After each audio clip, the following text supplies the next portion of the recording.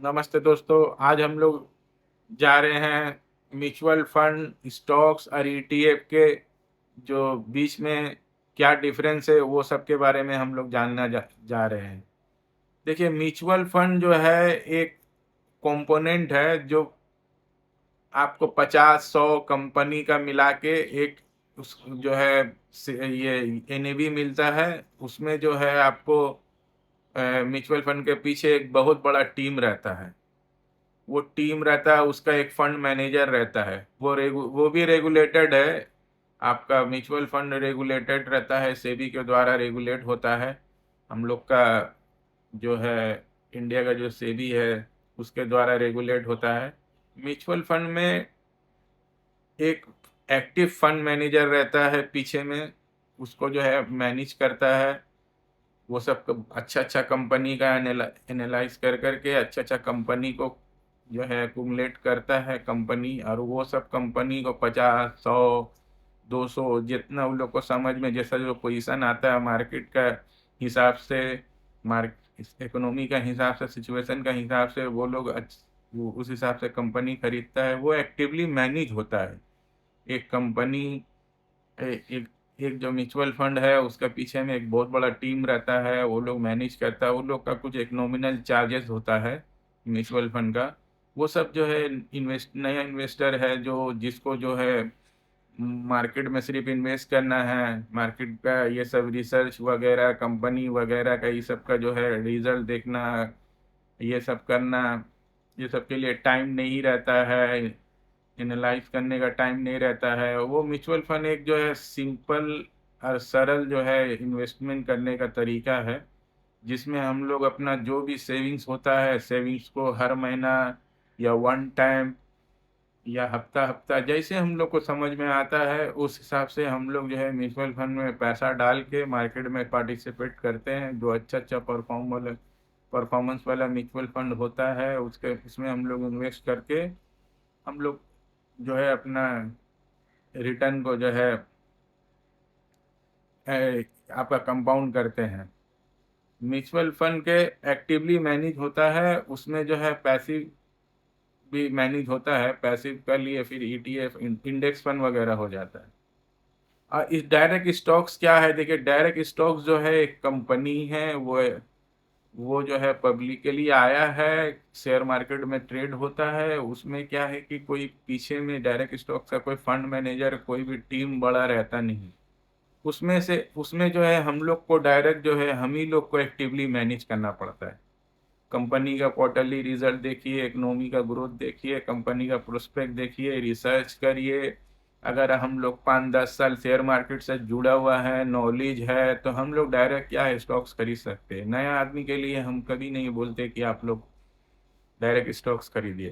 तो आइए मार्केट में 2-4-5 साल गुजारिए, म्यूचुअल फंड के द्वारा इन्वेस्ट करिए। उस वहाँ पे एक जो है फंड मैनेजर है आपका पैसा मैनेज करेगा, उसके पीछे में बहुत बड़ा टीम है।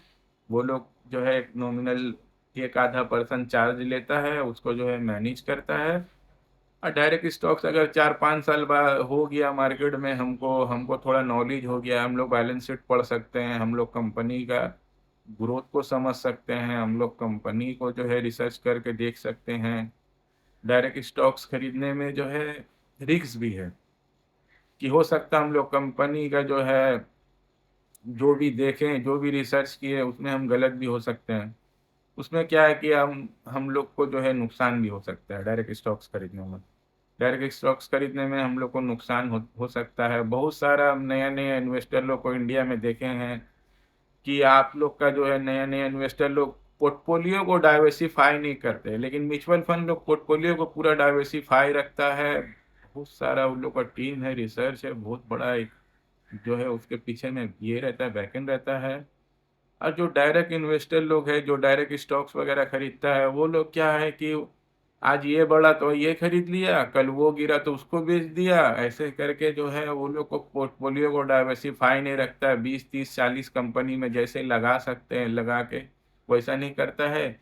एक ही सेक्टर में ज़्यादा एक्सपोजर ले लेता है। एक ही सेक्टर को जो है, जो सेक्टर चला पीछे उसको देख के उसमें जो है ज़्यादा एक्सपोजर ले लिया, लेकिन मार्केट जो है वैसे नहीं चलता, मार्केट लुकिंग फॉरवर्ड है, सामने का देखता है। मार्केट पीछे में क्या रिटर्न, कौन शेयर में आया, किस में आया, क्या किया नहीं किया, वो नहीं चलता। मार्केट को हमेशा आप सामने देखिए कि सामने का मार्केट की जो है कौन सा कंपनी, कौन सा सेक्टर, कौन सा इसमें ग्रोथ आ रहा है और आने वाला है, 3-6 महीना आगे का बारे में सोचिए। तो वो सब जो है नया नया जो इन्वेस्टर डायरेक्ट स्टॉक्स खरीदने के में उतना जो है एक्टिव नहीं रहता है, उस हिसाब से आप डायरेक्ट स्टॉक्स वगैरह मत खरीदिए। स्टॉक्स का जो है क्राइटेरिया अलग हो गया, म्यूचुअल फंड स्टॉक्स हो गया, हम लोग जो है डायरेक्ट कंपनी में इन्वेस्ट करने के लिए वो लोग डायरेक्ट जो है उसके पीछे में कोई बैकअप वगैरह नहीं रहता है। अच्छा, ईटीएफ जो है, ईटीएफ हो गया हम लोग का जो इंडेक्स है, इंडेक्स को एक जो जितना निफ्टी 50 है, सेंसेक्स है, या तो आपका कोई आईटी है, या कोई आईटी का ये हो गया, फार्मा का हो गया, इसका एक अलग अलग सेक्टर का एक जो है पूरा ग्रुप ऑफ कंपनीज का टॉप जो ग्रुप ऑफ कंपनीज है, कंपनी का एक जो है मिश्रण रहता है ईटीएफ। वो उसमें 20-30, जैसे निफ्टी 50 में 50, सेंसेक्स में 30, ऐसे करके कंपनी का पूरा जो है मिश्रण उसमें रहता है, पूरा मिक्सर रहता है ईटीएफ में। ईटीएफ में चार्जेस वगैरह बहुत नॉमिनल है। ईटीएफ के द्वारा भी हम लोग मार्केट में इन्वेस्ट कर सकते हैं। ईटीएफ हो गया, जैसे हमको निफ्टी 50 का ईटीएफ खरीदना, तो ईटीएफ का चार्जेस भी कम है। निफ्टी 50 में 50 टॉप इंडिया का कंपनी आ गया, वो कंपनी का हम लोग जो है नया इन्वेस्टर जो है वो डायरेक्ट स्टॉक ने नहीं लेके म्यूचुअल फंड के द्वारा जाके इन्वेस्ट कर सकते हैं, या ईटीएफ के द्वारा। ईटीएफ भी सेव होता है आपका। इसका कंपेयर देखिए, सेफ तो ये शेयर मार्केट में कुछ नहीं है, गिरता बढ़ते रहता है सब कुछ, जैसा इकोनॉमी करता है, जैसा कंपनीज वगैरह का परफॉर्मेंस रहता है, वो गिरते बढ़ते रहता है। लेकिन ईटीएफ जो है बशर्ते आपका डायरेक्ट स्टॉक्स से बहुत सेव रहता है, क्योंकि वो डायरेक्ट स्टॉक्स वगैरह में टॉप 50 कंपनी तो हम लोग अगर खरीद भी लिए, तो उसमें कितना किसमें एक्सपोजर लेना है, कम है ज़्यादा है, ये सब झमेला में उसमें फिर जो है चार्जेस वगैरह भी ज़्यादा हो जाता है। उसमें कोई कंपनी गिरता है बढ़ता है समझ में नहीं आता है कि क्या करे नहीं करे। ईटीएफ एक अच्छा अच्छा माध्यम है मार्केट में पार्टिसिपेट करने के लिए नए लोगों के लिए। 12, 14, 15% अगर रिटर्न बनाना है आपको, जो है मार्केट का स्ट्रेस नहीं लेना है, तो ईटीएफ के द्वारा हम लोग जा सकते हैं। म्यूचुअल फंड के द्वारा भी जा सकते हैं और ईटीएफ के द्वारा भी जा सकते हैं। ईटीएफ में हम सजेस्ट करेंगे कि आपको जो है निफ्टी 50 का ईटीएफ खरीदिए। कोई सेक्टर वाइज ईटीएफ खरीदना जो है अच्छा नहीं रहता है। सेक्टर वाइज कुछ कौन चला नहीं चला, कहाँ हुआ, निफ्टी 50 में पूरा इंडिया का आपका जो है ना सेक्टर मिल जाएगा।